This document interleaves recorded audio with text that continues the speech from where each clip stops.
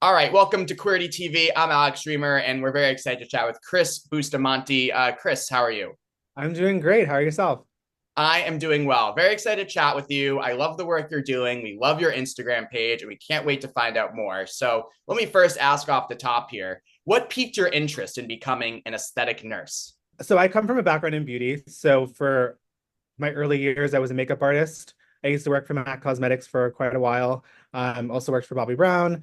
And Wow. so for me, yeah, so for me, I also just like loved all things beauty. And my undergrad degree is in biomolecular sciences. So I was pre-med. And so I kind of decided to pivot from that. And I knew that at that point, that was probably around 10 years ago, I started to see a lot more nurse practitioners and physician assistants, PAs, get into becoming injectors. And I realized that that's more along the lines of what I wanted to do. I really didn't necessarily have the full, complete interest in wanting to be responsible for someone's, entire health and well-being, like being like in the hospital setting. And I thought it was a really unique experience to combine my background in, biomolecular sciences and my interest in health with my knowledge and understanding of beauty. Yeah, I mean, it's rare when you can combine two interests like that so beautifully. So, congratulations. That's Thank you. awesome. Yeah, absolutely. So you do an array of procedures. You do Botox, which everybody knows about, but then you do other procedures: penis filler, Hole-Tox, Scro-Tox, shockwave therapy. I'm curious, what's the number one question you receive from potential clients, patients, before they come into one of these kinds of procedures? Into one of the more like, I guess like the clickbaity procedures, right? Your penis filler, your Yeah. scro fill, Hole-Tox. I mean, depends on the procedure, right? So there's initial fears and hesitations with all of them. I think that for us, luckily, we have a really extensive portfolio of my work when it comes to like penis filler and scrotum filler. So you can really see before and afters on our website in real time. Also, lots of information available there for FAQs. But for penis filler, I guess one of the big questions is like, is it going to affect the quality of my erections? Everyone obviously wants to preserve the health of their penis, and they don't want that to affect it, and it does not affect that. So that's one of the great things about it. With Hole-Tox, I think that sometimes there's a misconception of it being like an aesthetic procedure, which it is not. Hmm. Hole-Tox is essentially a trademarked term for anal Botox, which is not new. I did not invent it. Sometimes people think that, oh, like you're the only one that does it. No, I'm not. There's actually literature going back 20 years on the efficacy of Botox for chronic anal fissures. And so for me, Wow. I really, yeah, yeah. So it's pretty extensive. There's a lot of literature on it. And so I utilize in my practice more for recreational, stuff where people who just want to be able to, you know, enjoy, bottoming or anal play because they are a little bit too tight. They want something to help kind of take the edge off. I also will treat people who have more of like minor fissures and such like that. But if it's anything more extensive, I will refer them out to proctology. I do have a proctology background, so that's why I learned anal Botox. So, what kinds of people do you typically come in for these kinds of procedures? Yeah, I would say like in regards to penis filler, my average patient is anywhere between 30 to 55. Hmm. For penis filler, I primarily probably I see a very split like 50-50 in terms of like gay versus straight men coming in for this. So it's much more like diverse than like my general population that comes in for like let's say like facial aesthetics. For facial aesthetics, I do mostly see gay men. Hmm. Versus like penis filler, it's pretty split. Interesting. Um yeah, yeah. With Hole-Tox, it's mostly gay men. That being said, I've also seen my fair share of women. I've also seen some straight men actually who engage in different types of sexual practices with other female partners and such as well, which I think is really cool and interesting. I think that it's fun that people are exploring different aspects of their sexuality and, they're, getting themselves out there. I think there's a quote from one of my favorite shows where like people are really into butt stuff these days. So, what would you say is your most popular procedure these days? For me, I guess out of like things that I specialize in, Right. I would say jawline filler and penis filler are my most popular procedures, with scrotum filler also quickly picking up traction right now as well.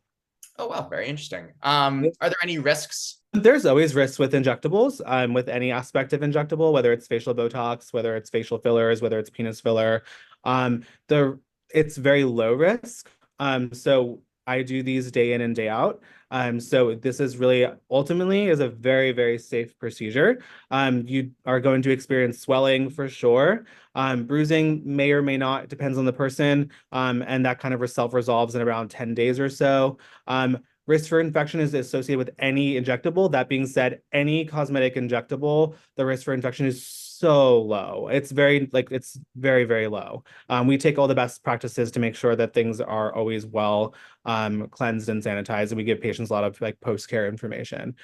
So in regards to like, things to actually really worry about so much, if you're seeing someone who does this all the time, the only things you should really expect is swelling, potentially some bruising, and just, letting that kind of self-resolve. And do these procedures help with sexual performance? So I like to distinguish like, the aesthetic procedures from like the sexual enhancement, like performance procedures. So shockwave therapy and P-shot are regenerative medicine. So shockwave therapy originated in orthopedics, made its way over to urology. There's lots of white papers on its efficacy. Shockwave therapy essentially creates pulses through tissue that causes micro injuries that facilitates your own body's healing cascade. Your body heals itself by laying down new vasculature. It needs more capillaries to deliver its own like growth factors and nutrients to heal itself. So when you're talking about the penis, more capillaries means more blood flow, which means harder and firmer erections. And then I combined that with a P shot, which is utilizing PRP from your own body. We draw your blood, spin it in a double spin centrifuge, extract the plasma, and we eject that directly into the erectile tissue of the penis. So combining the P shot with shockwave therapy is not going to make your penis look different. It does not change how big your penis is. It all just ultimately gives you harder, firmer erections, erections that last longer. They're more spontaneous. So that is more of a performance enhancement procedure, whereas penile filler and scrotum filler is utilizing filler to make the penis thicker. It's not injected the same way at all. So instead of going perpendicular into the erectile tissue, we're injecting along the sides here to make the penis wider.